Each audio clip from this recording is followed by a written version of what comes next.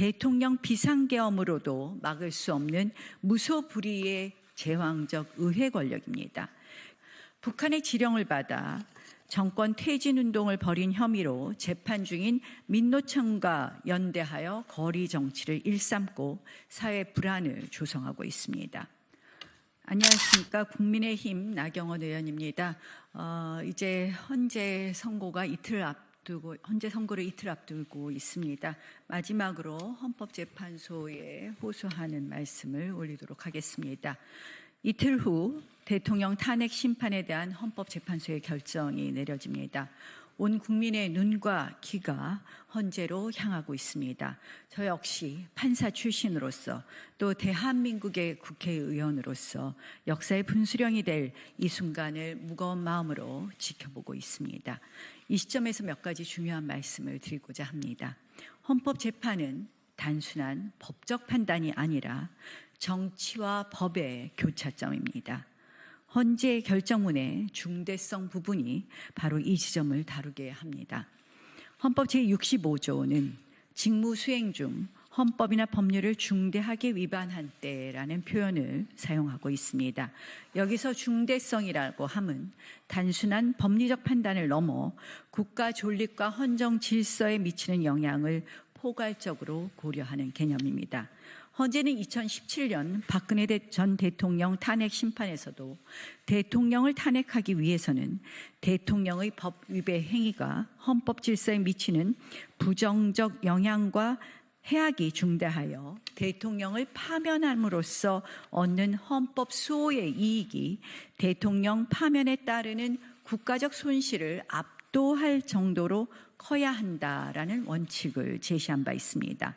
헌법과 법률에 의해 결정하되 국익과 헌법 수호의 이익을 중요하게 고려해야 한다는 것이 헌법적 지혜입니다.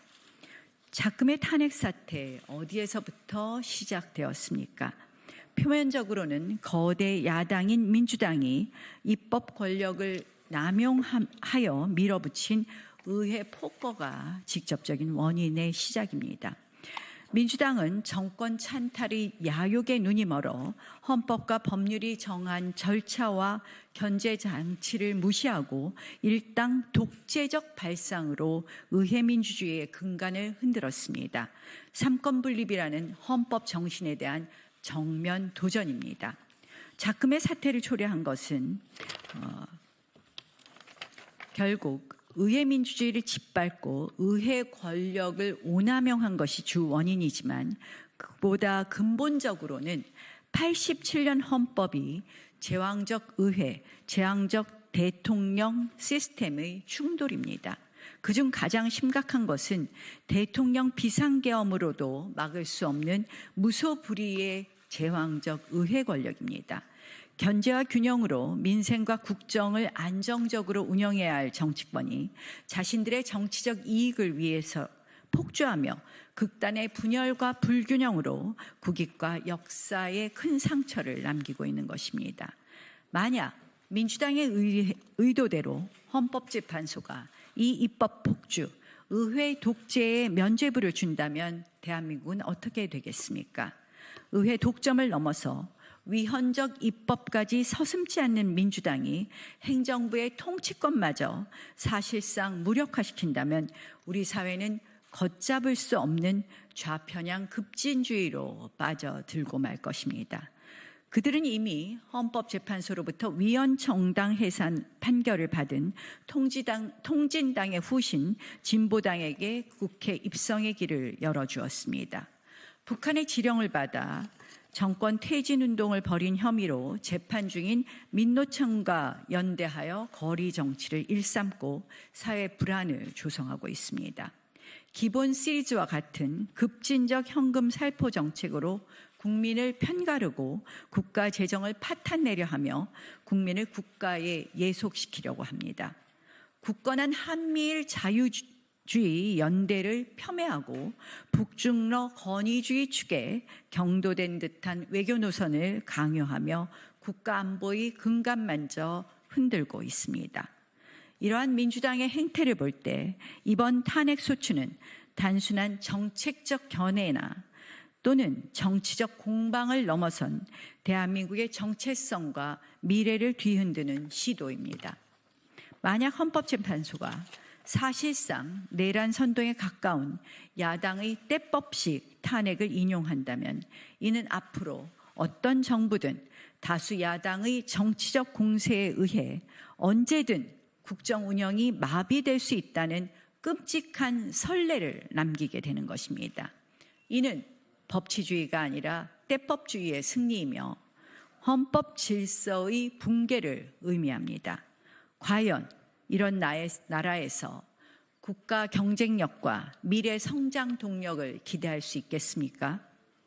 이재명 민주당 대표는 심지어 대통령 복귀 프로젝트, 국민 충돌, 유혈 사태까지 운운하며 사회적 갈등을 극단적으로 몰아가고 있습니다. 이는 헌법 질서에 대한 심각한 도전이며 헌법재판소 재판관들을 향한 노골적 협박입니다. 근거 없는 선동으로 사법부의 독립성을 훼손하려는 시도는 결코 용납될 수 없습니다. 헌법재판소는 이 모든 상황을 직시해야 할 것입니다. 탄핵소추 과정에서의 절차적 정당성, 소추 사유의 실체적 진실성, 그리고 무엇보다 탄핵 인용 결정이 가져올 파국적인 국익 침해 가능성을 엄중히 고려해야 할 것입니다. 더 나아가 헌법재판소는 탄핵소추를 의결할 한 국회의 입법과정 자체에 대한 심사, 즉 이른바 절차 통제의 역할도 간과해서는 안 될 것입니다.